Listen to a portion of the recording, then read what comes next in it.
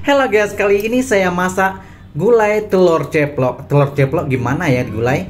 Nah, mau tahu seterusnya? Nonton ya video ini hingga selesai.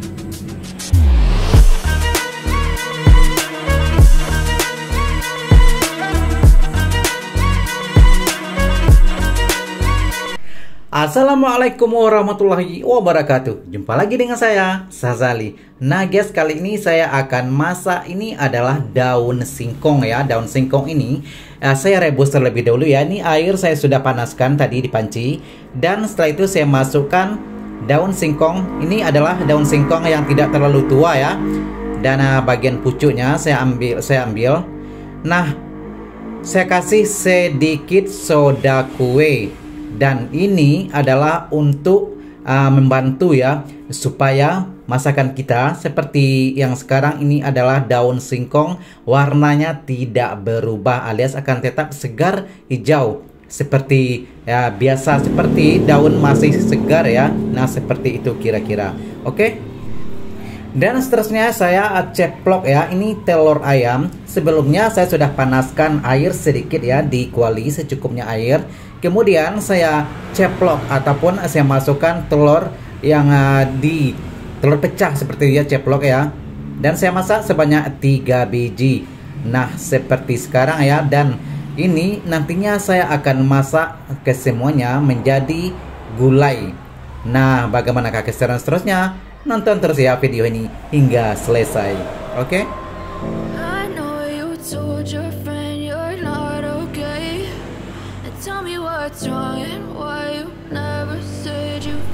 Oke guys, kali ini kita akan masuk proses memasak gulai. Nah, bahan-bahan tadi ya saya sudah masak semua. Ini adalah daun singkong yang saya sudah rebus tadi. Kemudian saya buang airnya dan saya potong-potong seperti ini jadinya ya. Dan kemudian ini adalah telur yang saya masak secara ceplok ya, atau masukkan saja seperti itu ya, bukan telur bulat.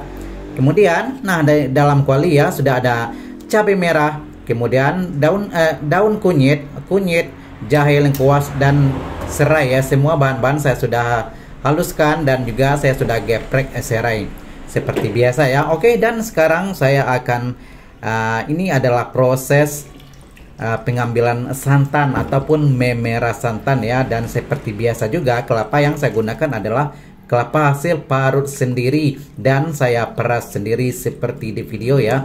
Karena menurut selera saya, kalau kita peras sendiri rasanya lebih asli ataupun lebih enak begitu ya.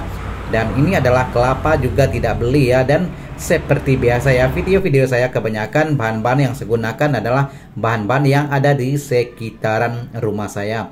Jadi banyak bahan-bahan yang saya tidak beli. Oke. Dan sekarang ya, saya sudah panaskan kuali dan sudah mulai mendidih. Dan saya masukkan ini daun singkong yang tadinya saya sudah rebus dan sudah potong bersih-bersih. Seperti di awal video yang saya bilang, saya kasih sedikit soda kue. Dan ini hasilnya seperti terlihat ya di video.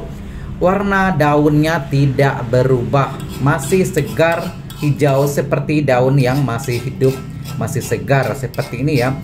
Padahal ini adalah sudah saya rebus ya, dengan lumayan lama ya, karena ini sudah empuk dan saya sudah potong-potong seperti ini.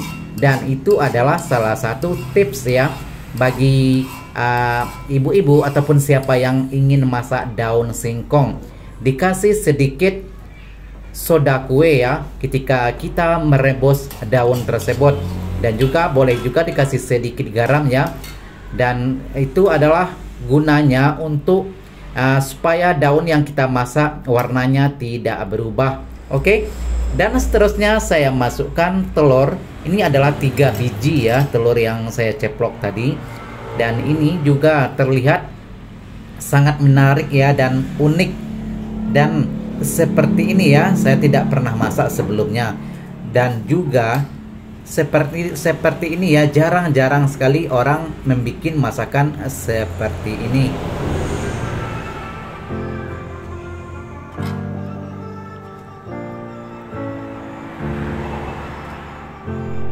Wow, kelihatan cantik dan sangat menggoda selera ya. Dari seperti ini saja, ini belum cukup matang ya, belum cukup masak.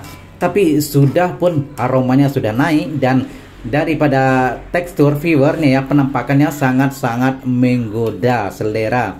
Nah, ini juga boleh dicoba di rumah ya bagi Anda yang menonton video saya, karena ini adalah sangat-sangat simple dan jarang sekali ya yang masak seperti ini. Jadi ini juga boleh jadi ide untuk masakan Anda hari ini, mungkin boleh ingin mencoba ya, karena ini adalah bahan-bahan yang saya gunakan seperti biasa ya, sangat-sangat sederhana, bahan-bahan yang ada di sekitaran kita, dan harganya juga murah meriah. Jadi tidak rugi ya kalau Anda ingin mencoba masakan-masakan seperti di video saya. Oke, seterusnya seperti biasa ya, kita akan terus kacau ya, sehingga tidak ada yang mengumpal ataupun berbuyih-buyih kuahnya ya. Dan sebentar lagi kita akan masukkan garam dan juga Ajinomoto sedikit ya. Nah, seperti di video seperti ini ya penampakannya. Telurnya sudah mulai menggelembung-gelembung seperti mendidih ya, kuahnya mendidih seperti ini. Dan ini adalah sangat-sangat menggoda selera.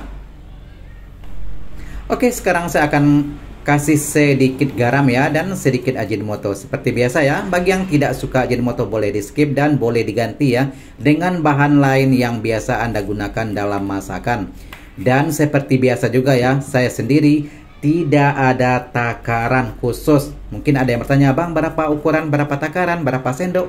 Tidak ada takaran khusus, karena menurut saya kalau kita masak itu ya, kalau kita sudah biasa masak, kita tahu takaran sendiri ya, berapa garam yang akan masukkan, berapa bahan-bahan lain, semua adalah dalam pikiran, sudah pun tertulis ya. Jadi tidak perlu kita tulis ataupun kita membentuk takaran sendiri, karena takaran itu sudah ada di kepala masing-masing. Oke, dan ini boleh dicoba juga sedikit ya, kalau rasanya belum cukup, seperti garamnya kurang, boleh ditambah. Dan jika Anda ingin yang lebih pedas, boleh ditaburi dengan cabai rawit, ataupun di awal tadi juga boleh dihaluskan cabai rawit sekali ya, juga boleh. Oke guys, bagi Anda yang selalu setia dengan channel saya, inilah penampakan yang sudah masak ya, dan selalu menonton video-video saya. Terima kasih banyak Anda sudah bergabung, dan jika Anda suka, mohon dukungnya ya, subscribe, like, komen, dan juga share. Dan jumpa lagi di video-video seterusnya. Jika ada komen yang, nah ini adalah ketika saya mencoba masakan yang saya masak tadi, dan memang alhamdulillah sangat-sangat menyelerakan. Sekali lagi terima kasih, dan jumpa lagi di video-video seterusnya. Memang sabana lama, boleh dicoba di rumah ya. Terima kasih. Assalamualaikum.